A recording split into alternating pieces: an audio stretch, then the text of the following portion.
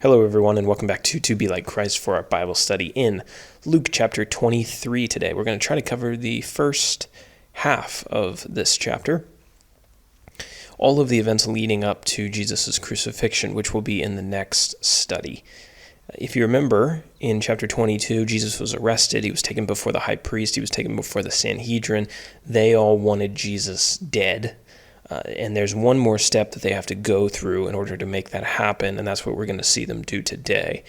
If you don't have a copy of the notes, we've got verse-by-verse notes through all of the Gospel of Luke, and those, those are linked down in the description. So check those out and download them, and you can follow along with me as I'm going through this material. Okay, Luke chapter 23, verse 1. Then the whole company of them arose and brought him before Pilate.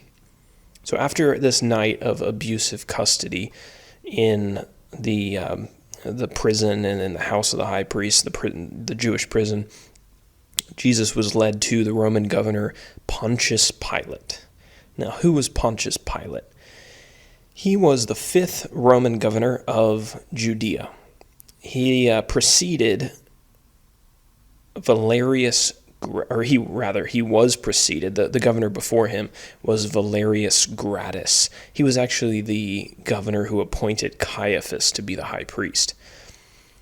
We don't know a whole lot historically about Pilate other than what's written in the Gospels and a few other details in secular history, but a lot of the details of his reign are still debated. And we do know that he had a lot of run-ins with the Jews, and eventually those run-ins led to his removal from office. So not really a bright political career, partially because the Jews that he governed were slightly on the rebellious side. And Pilate some of his decisions just weren't always the best, but that's a study for another time. So why did the Jews bring Jesus to Pilate? The Bible and history tells us that the Jews had their own court system, the Sanhedrin, and they were able to pass judgments on religious matters and some things. Pilate confirmed that ability when he told them in John chapter 18, they said, take Jesus yourself and judge him by your own law. So although the Sanhedrin had some judicial authority, they were evidently restricted from crucifying a convicted criminal without the conviction first being ratified by the governor.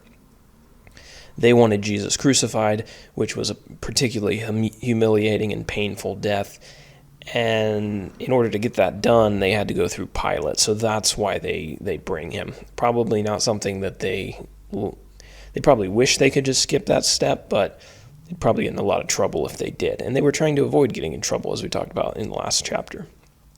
So these Jews, they had an agenda, and while they were working on their agenda with Pilate, what they didn't realize was that God was accomplishing his own agenda. In having Jesus crucified, the Jews were actually fulfilling Jesus' own prophecies about the way that he was going to die. He had prophesied in Matthew chapter 20 that he was going to be delivered over to the chief priests and the scribes, condemned to death, delivered to the Gentiles, mocked, flogged, crucified, and that he would rise again on the third day. In John chapter 12, verse 32, Jesus said, "And I, when I am lifted up from the earth, will draw all people to myself." And that was a reference to, the apostles understood it as a reference to him dying.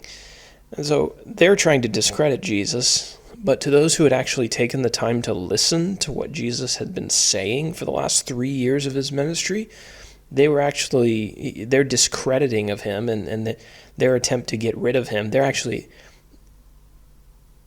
while they were trying to discredit him, they were actually proving him to be genuine and to have only spoken the truth all throughout his ministry. But, they're too blind to see that they're doing this. Pilate may have just kind of been in the habit of granting these requests without much thought. We don't really know. But we do know that Jesus' conviction was of particular interest to him.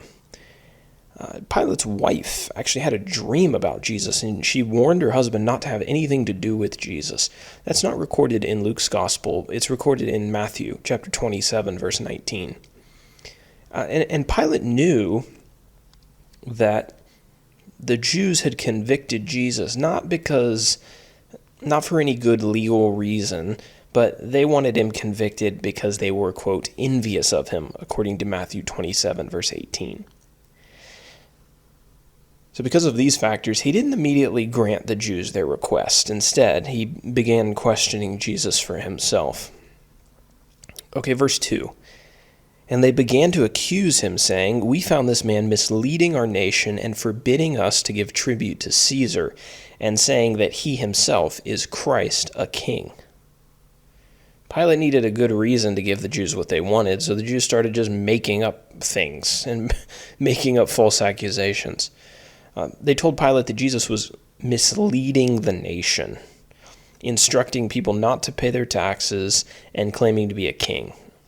Now, misleading the nation, it's a somewhat general accusation, somewhat of a subjective charge. Jesus may not have been leading the nation in the direction that the Jewish leaders wanted the nation to go, but that was hardly a crime. The second accusation was just a bold-faced lie. They said that Jesus had told the people not to pay their taxes when Jesus had literally, what was it, in chapter 20? Jesus had told the people to render to Caesar the things that were Caesar's. And not only that, but Jesus had even paid his Jewish taxes. Remember, we talked about him sending Peter to, or was that in the Matthew study that I was doing? Now I can't remember. I've been working on the Matthew in 5-minute studies while I've been doing Luke, and now I'm getting the details mixed up. But anyway, you remember that story from the Bible where the Jews come to Jesus. I think he was in Capernaum, and these tax collectors, they come to not Jesus but to Peter, and they ask Peter, "Does your master pay the temple tax?" And Peter went in and he found Jesus, and Jesus told him, "Oh yeah, we pay the temple tax. Go out fishing, and when you fish, the first fish that you catch, there'll be a coin in its mouth. Take that and give it to the tax collectors."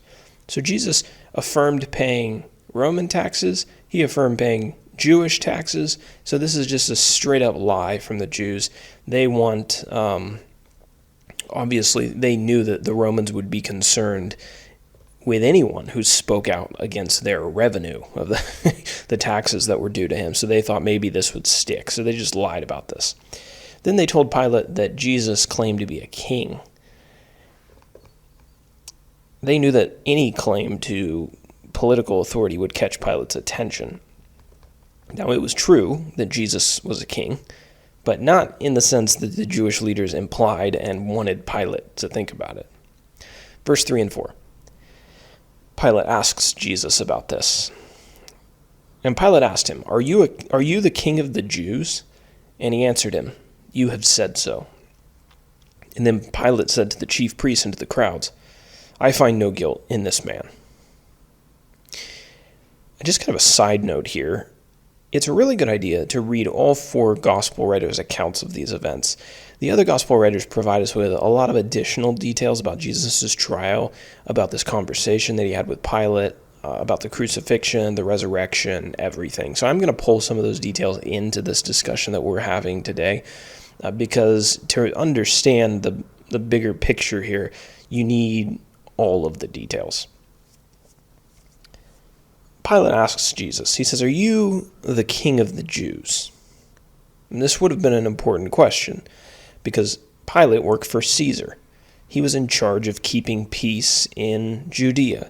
And if you've got this guy walking around who claims to be the king of the Jews, which was a title that Caesar had given to somebody else, and this man's capable of gathering these huge crowds, well, then, maybe this guy is a threat to Rome, and it's Pilate's responsibility to squash any threats to Rome.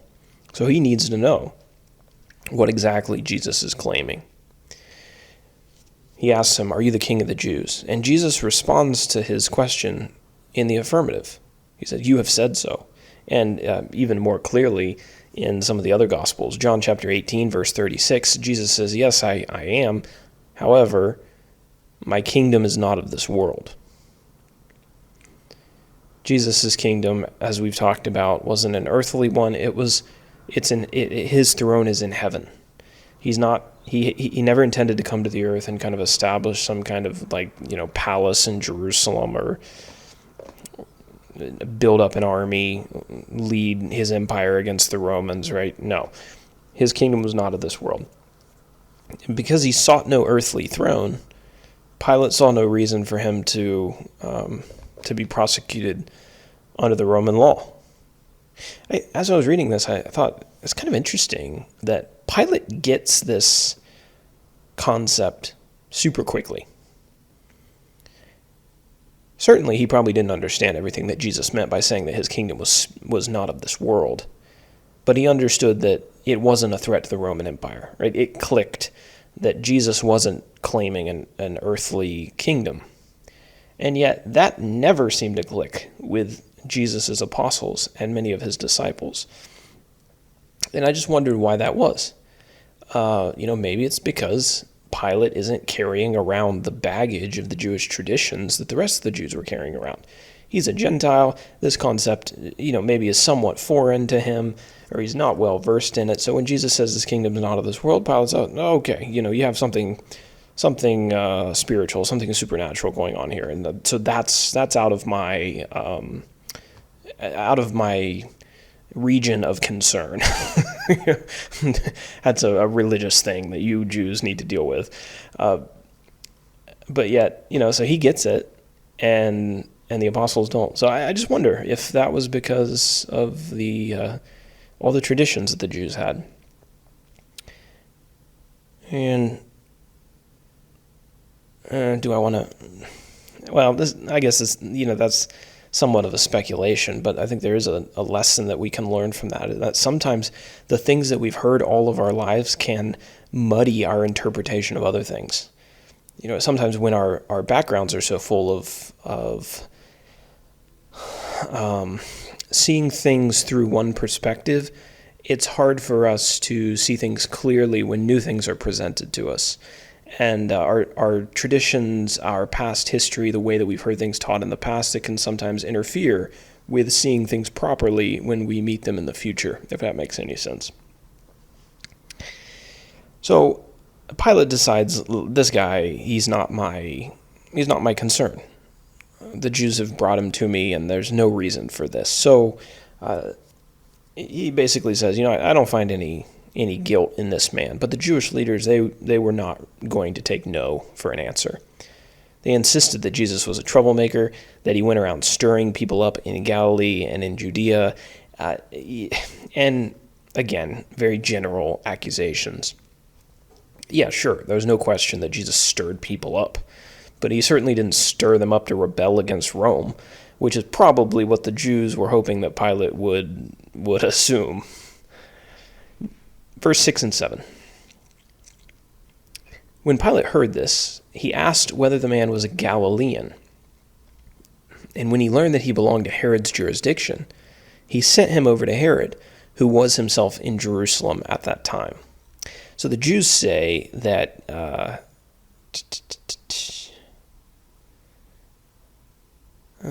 what am I looking for here? Oh, I think I'm missing verse 5 in the notes. Oops.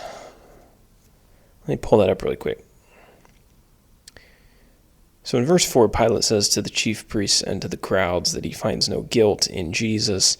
And then in verse 5, they say, the text says, but they were urgent, the Jews were urgent, saying he stirs up the people, teaching throughout all Judea and from Galilee even to this place. So that word Galilee catches the attention of Pilate. It says in verse 6, when he heard this, he asked whether he was a Galilean. And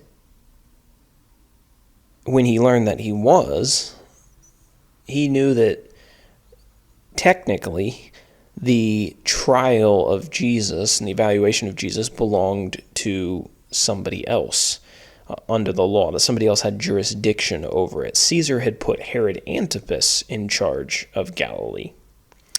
Herod Antipas was the ruler both of Galilee and of an area called Perea, which was an area to the east of the Jordan River. So he had jurisdiction, or the legal proceedings that happened.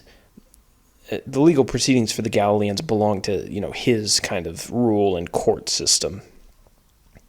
If you've ever taken a class on any kind of legal issue, or maybe you've heard the police say that something is outside of their jurisdiction. Basically, they're saying that the responsibility for that legal matter is outside of our scope. It belongs to somebody else's jurisdiction. So Galilee and the people that were from Galilee, that was Herod's stuff.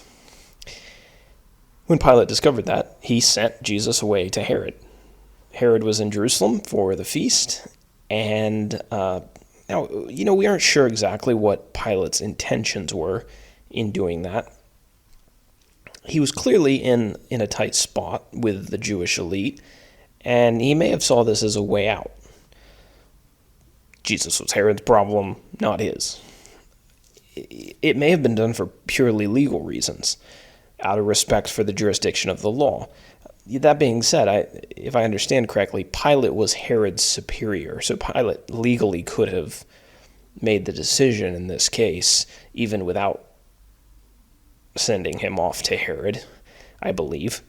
But he may have done it just out of respect for the way that the law was supposed to be handled.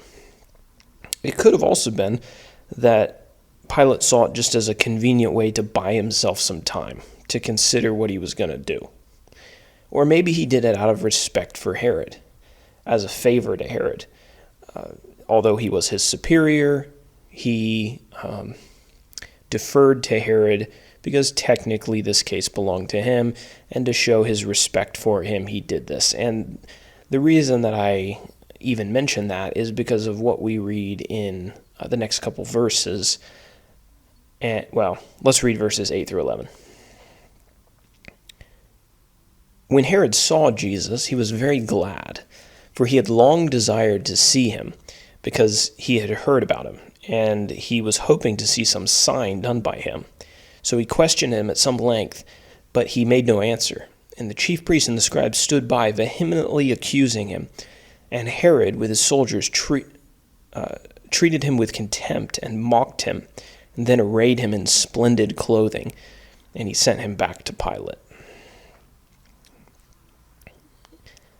The reason that I said that Pilate may have sent Jesus to Herod out of respect for him and as a favor to him is because of what we read in verse 8.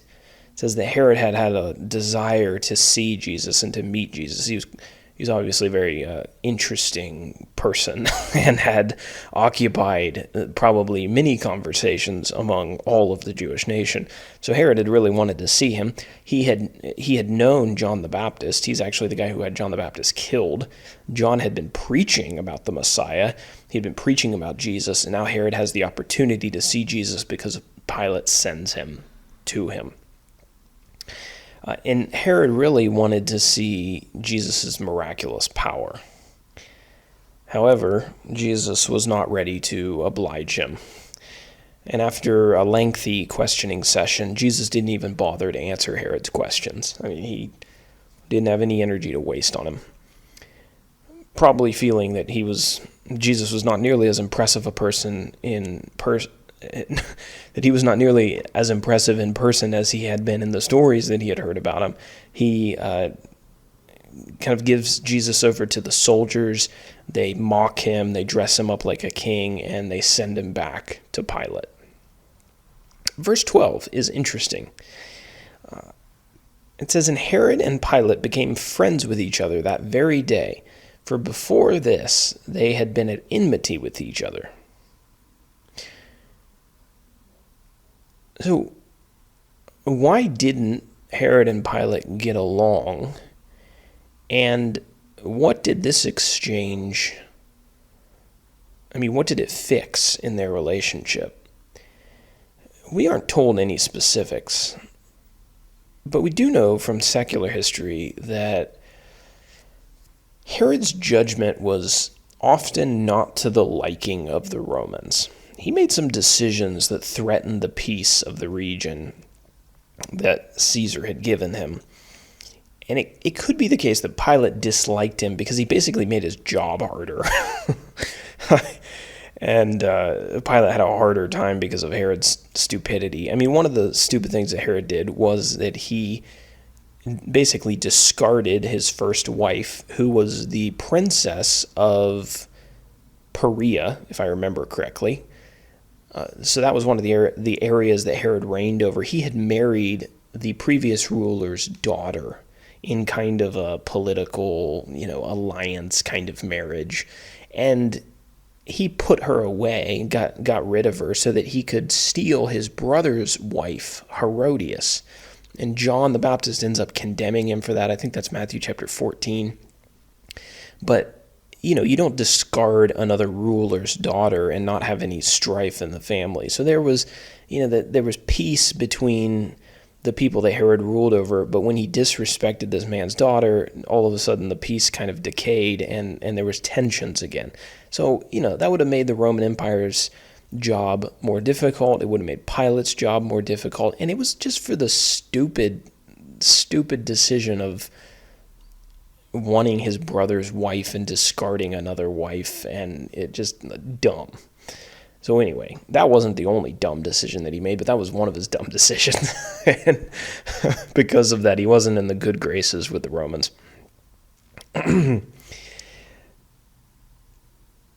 World leaders, I guess, also are just like pretty quick to take offense at any slight from a ruler from another country. They're easily offendable. They're thin-skinned. Thin-skinned politicians aren't really a new phenomenon. So we don't exactly know what the tension was, but Pilate sending Jesus to Herod and Herod sending Jesus back to Pilate somehow mended this relationship. And again, we're short on specifics, but it may have just been something as simple as the mutual respect that was exchanged between them. Pilate recognized Herod's jurisdiction and he respected it. He probably didn't have to do that. But the fact that he did seemed to have been perceived by Herod to be a sign of respect, and in turn, Herod showed respect to Pilate by returning Jesus to him for the final decision. It might have been something along those lines. Could have been something entirely different that isn't, specifics that aren't recorded in the text. But I thought I would throw in some of that information. Maybe it'll help you make some sense of that verse. Okay, verse 13 through 16. Pilate then called together the chief priests and the rulers and the people and said to them, "You brought me this man as one who is misleading the people, and after examining him before you, behold, I do not find this man guilty of any of your charges against him. Neither did Herod, for he sent him back to us. Look, nothing deserving of death has been done by him. I will therefore punish him and release him." Pilate and Herod now have questioned Jesus, and they're both, Pilate's convinced of his innocence. He then turns to Jesus' accusers, and he starts questioning them for their judgment in bringing Jesus to him in the first place. The Jews didn't have any basis for requesting this crucifixion, and Pilate knew that. I mean, think about this scene if it happened in like a modern courtroom. You imagine this prosecutor brings in a man and he says to the judge, I want this man executed for his crimes. What would the judge ask him? He'd probably say, well, what did he do?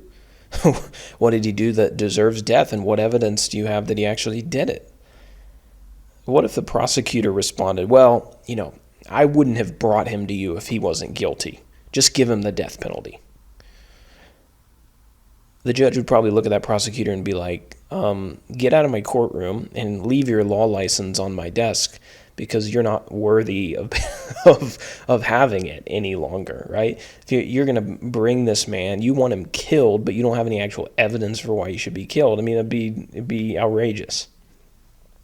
But the Jews here were playing the role of that evidenceless prosecutor. And it's just an outrageous abuse of, well, it's a blasphemy to what the law and the legal system is supposed to do in the first place. Pilate told the Jews that he wasn't going to give Jesus the death penalty. Instead, he would just punish him and release him. Maybe Pilate, thought he deserved a punishment just for wasting his time and Herod's time and for causing him so much trouble. But I suspect that he promised to punish Jesus not for a crime, but in hopes that it would be enough to appease the bloodthirsty chief priests and elders. But they all cried, verse 18 and 19, but they all cried out together, "Away with this man, and release to us Barabbas, a man who had been thrown into prison for an insurrection started in the city and for murder." So the Jews aren't going to be satisfied if Jesus is just punished. They want him killed. And, I thought about this in terms of some application. Pilate knows the right thing to do at this point. He's convinced that Jesus is innocent. Pilate should have just stuck to that conviction and released Jesus, and what he should have done is punished and chastised the high priest and his lying band of Jews for bringing Jesus to him in the first place. He says, if you try, this again, I'll take you to Rome and we'll strip you of your authority for wasting our time. But as some of us know who have read this story before, that's not what happens. And as all of us probably know as well, there's a big difference between knowing what is right and doing what is right. And I think one of the applications that we can take away from Pilate is that when we know what's right, we need to take action in that direction as soon as possible, because the devil is really good at talking us out of our convictions. He doesn't necessarily care if we come to a conclusion about what's right. He cares if we act on that. And if he can get enough time in between us knowing what's right and taking action to convince us that we should do something in another direction, that's all that he's going to need, right? So take action as soon as you know what the right thing to do is. Don't twiddle your thumbs, don't play around with other possibilities. Do the right thing.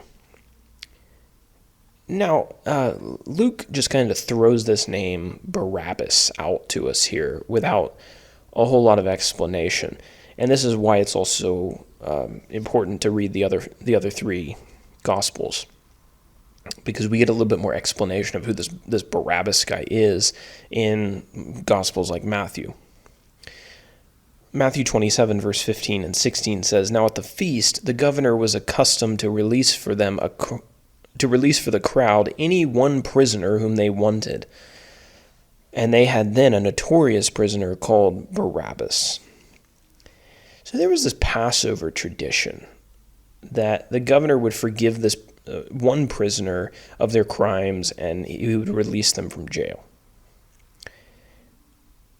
This kind of still happens in modern day. If you live in the United States, governors and presidents will often hand out pardons around the holiday season or when they're leaving office, kind of as just an extension of grace, kind of to a gift around the holidays or when they're leaving office, like to leave a good impression, to give some people a second chance, right? So pardons are handed out. And apparently this was a thing around the Passover time. And the people got to decide who got to be released. So Pilate gave the people a choice. Matthew 27, verse 17 tells us, he says, "You can have Barabbas or you can have Jesus, who is called the Christ." And Pilate probably figured that he could use this tradition to his advantage. Matthew's gospel calls Barabbas a, quote, notorious prisoner. Mark's gospel calls him a rebel and a murderer.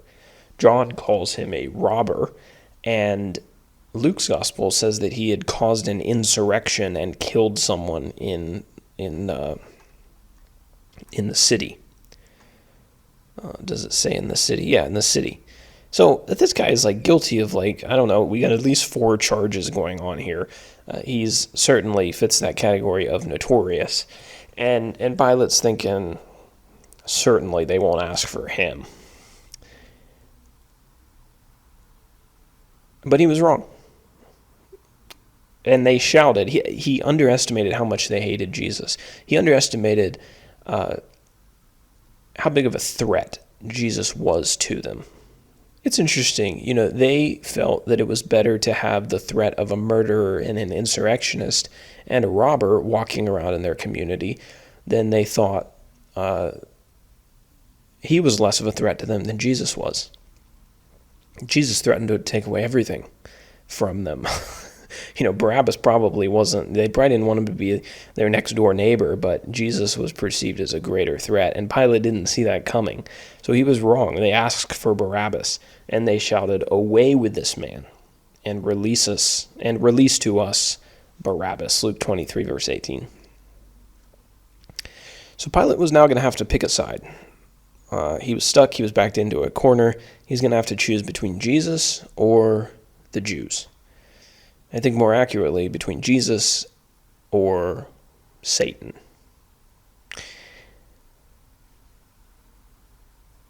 And in application,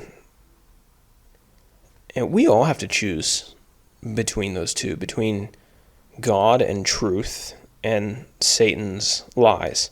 There's not a third option. We can't ride the fence on this one. There's no middle ground between good and evil. We're going to have to make a decision between those two camps. And when we think about Pilate's story and we look back at this, Pilate ends up making the wrong decision. And it's easy to be hard on him for making that mistake. But when we think about it, we all face that similar decision. And don't we often fail like Pilate? We have to choose between one side or another, right? So we face a decision, Jesus or Satan. And we have to ask, where is truth really to be found? Which one of these parties is telling me the truth? Which one of these parties is telling me lies? Pilate had zero evidence to side with the Jews. He had all the evidence to side with Christ. But he still sided with the Jews. What about us? What good reasons has Satan given us to believe his lies? What reason do we have to believe that he seeks our best interest?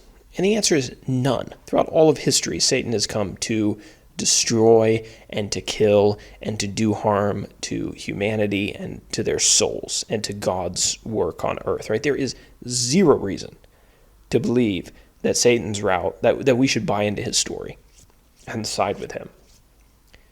We have every reason to believe that Jesus is telling us the truth and to side with him and to allow him to govern our lives. But guess what? You and I still sometimes pick wrong. We make the decision that Pilate made. So see that in Pilate. Don't read this text and think, wow, Pilate was a real dummy for making this decision. This is like what a dingbat this guy is.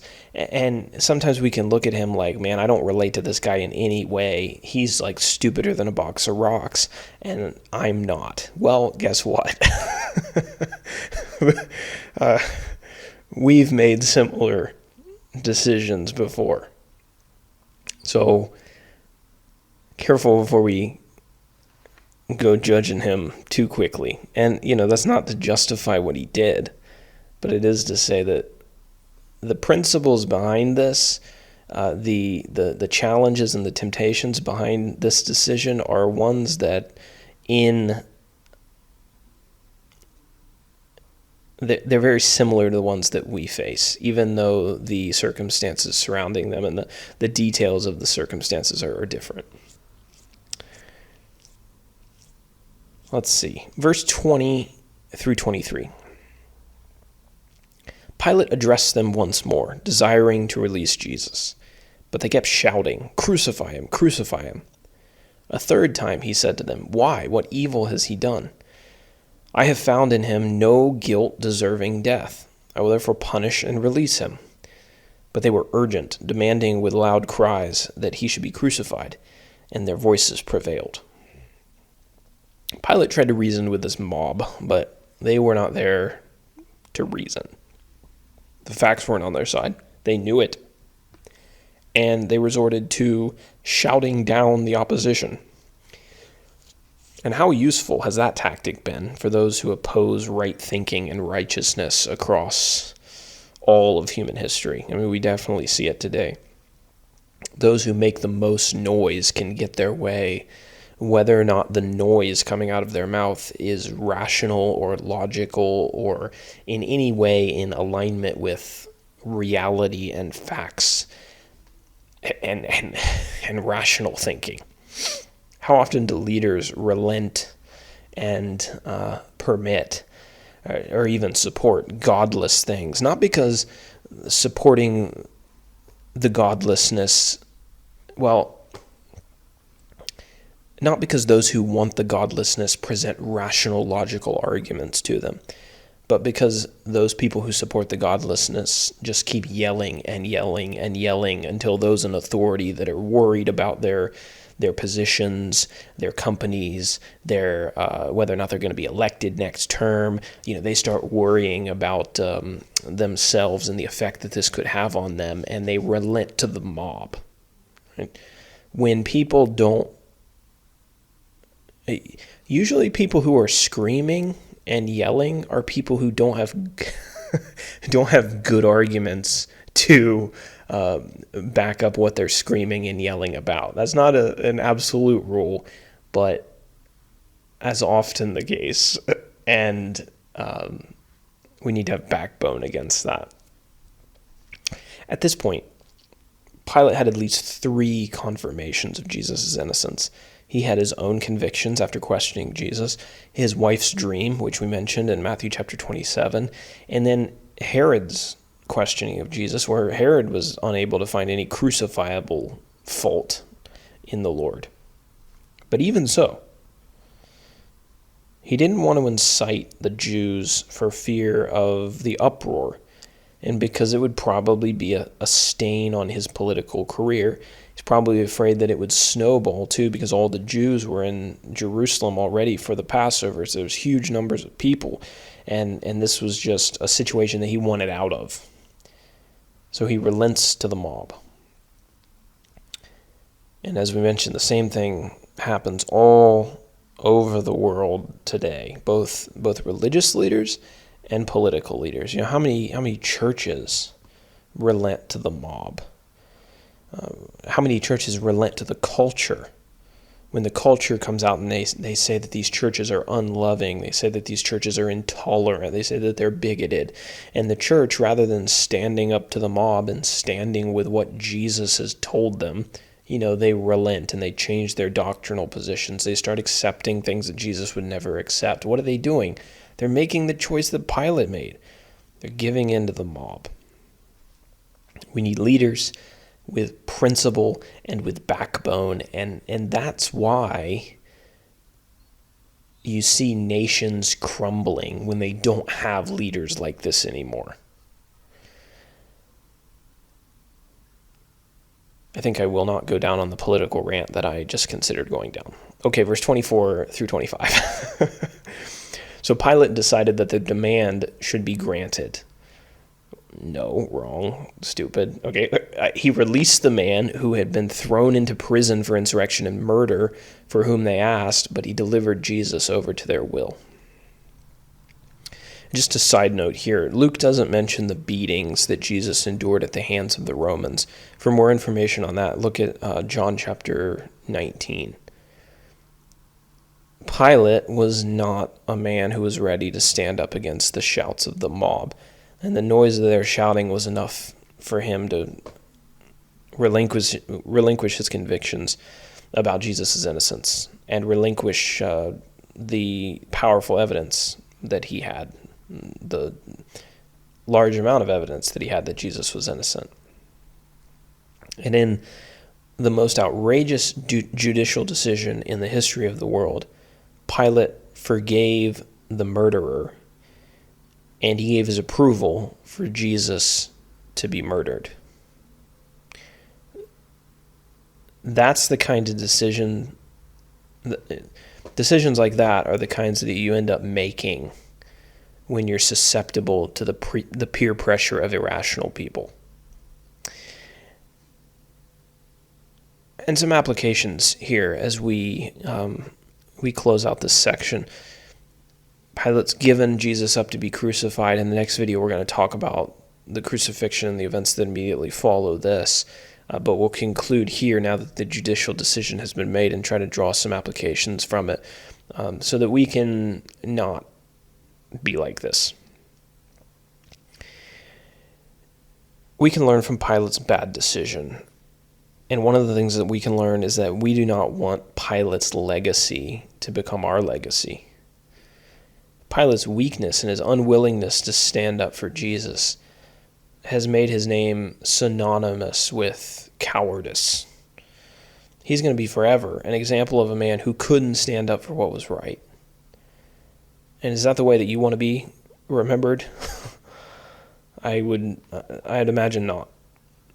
It's better to stand with Jesus and to suffer for it than to leave behind an example like Pilate's.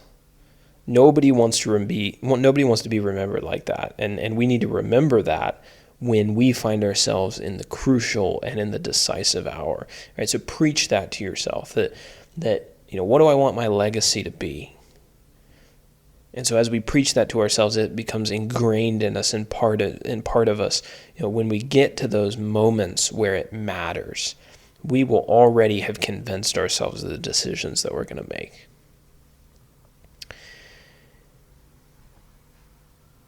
This is what giving in to temptation looks like.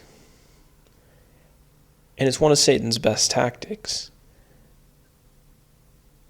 Satan and the Jews just simply wore Pilate down. He wanted to do what was right, but he delayed doing what was right, and Satan got the better of him. He grew weary of fighting for it. He grew weary of holding the correct position and having to defend it. 2 Thessalonians chapter 3, verse 13, Paul writes, he says, "For you, brothers, do not grow weary in doing good." It's easy to get worn out living the Christian life. It's easy to just say, man, I'd like some comfort. I'd like some ease. I'd like to not do this anymore. I'd like to not be a servant any longer. I'd like to not stop making sacrifices. Right? And Satan will convince us to do that if he can. Pilate took the easy road, and he fell in line with the world. We're going to face this same temptation. The devil's always whispering in our ear.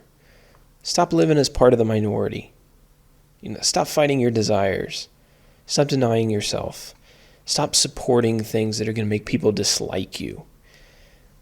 You don't need to wake up every morning and to fight a war every day. You can have peace here and now. And you don't have to wear yourself out all the time trying to serve the Lord, trying to reach the lost, trying to do this work that God's given you to do. Just join us, and your life is going to get a lot easier. Immediate comfort, immediate relief, immediate ease. That's what he offers us, and unfortunately that's what Pilate took. And we've got to do everything that we can not to take that route. There's a scene in the movie Jason and the Argonauts that illustrates this offer that Satan makes. I don't know how many of you have seen this. I think this is in the movie, I want to say it was probably made back in the 90s. And it's, if you know the mythology around this, Jason and his team of men known as the Argonauts, they go on this quest to find the golden fleece. And one of the first stops that they make on their journey is the island of Lemnos. Their boat incurs some damage, and they have to land on this island for a while and fix their boat before they can head out again. Now, Limnos is an interesting island, though, because it's entirely populated by beautiful women.